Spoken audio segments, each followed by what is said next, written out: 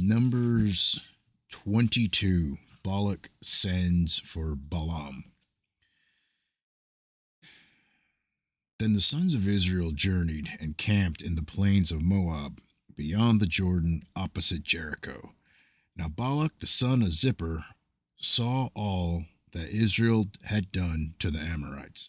So Moab was in great fear because of the people, for they were numerous, and Moab was in dread of the sons of Israel.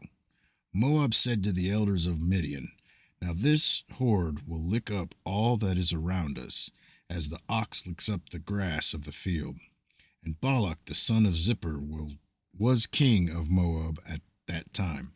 So he sent messengers to Balaam the son of Beor at Pethor, which is near the river in the land of the sons of his people, to call him, saying, "Behold, a people came out of Egypt. Behold, they cover the surface of the land, and they are living opposite of me.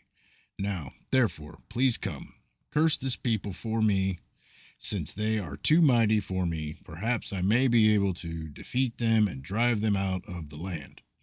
For I know that he whom you bless is blessed, and he whom you curse is cursed." So the elders of Moab and the elders of Midian departed with the fees for divination in their hand, and they came to Balaam and repeated Balak's words to him.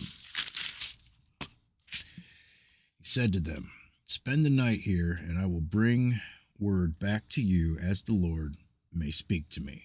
And the leaders of Moab stayed with Balaam. Then God came to Balaam and said, "Who are these men with you?" Balaam said to God, "Balak, the son of Zippor, king of Moab, has sent word to me. Behold, there is a people who came out of Egypt, and they cover the surface of the land. Now come, curse them for me. Perhaps I may be able to fight against them and drive them out." God said to Balaam, "Do not go with them. You shall not curse the people, for they are blessed." So Balaam arose in the morning and said to Balak's leaders, "Go back to your land, for the Lord has refused to let me go with you." The leaders of Moab arose and went to Balak and said, "Balaam refused to come with us." Balak again sent leaders, more numerous and more distinguished than the former. They came to Balaam and said to him, "Thus says Balak the son of Zippor, let nothing, I beg you, hinder you from coming to me, for I will indeed honor you richly, and I will do whatever you say to me. Please come then, curse this people for me." Balaam replied to the servants of Balak, "Though Balak were to give me his house full of silver and gold, I could not do anything, either small or great, contrary to the command of the Lord my God. Now please, you also stay here tonight, and I will find out what else the Lord will speak to me." God came to Balaam at night and said to him, "If the men have come to call you, rise up and go with them, but only the word which I speak to you, you do." So Balaam arose in the morning and saddled his donkey and went with the leaders of Moab. Numbers 22, the angel of Balaam. But God was angry because he was going, and the angel of the Lord took his stand in the way as an adversary against him. Now he was riding on his donkey, and his two servants were with him. When the donkey saw the angel of the Lord standing in the way with his drawn sword in his hand, the donkey turned off from the way and went into the field. But Balaam struck the donkey to turn her back into the way.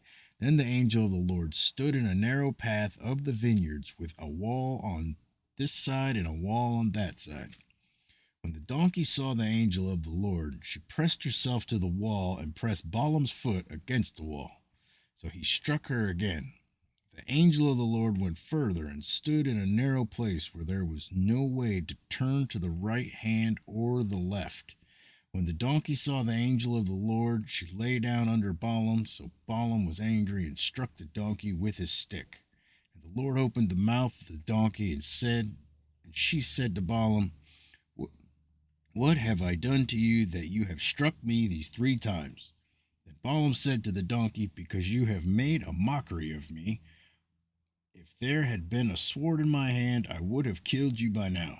The donkey said to Balaam, Am I not your donkey on which you have ridden all your life to this day? Have I ever been accustomed to do so to you? And he said, No. Then the Lord opened his eyes of Balaam. Then the Lord opened the eyes of Balaam, and he saw the angel of the Lord standing in the way with his drawn sword in his hand, and bowed all the way to the ground. The angel of the Lord said to him, Why have you struck your donkey these 3 times? Behold, I have come out as an adversary, because your donkey was contrary to me. But the donkey saw me and turned aside from me these 3 times.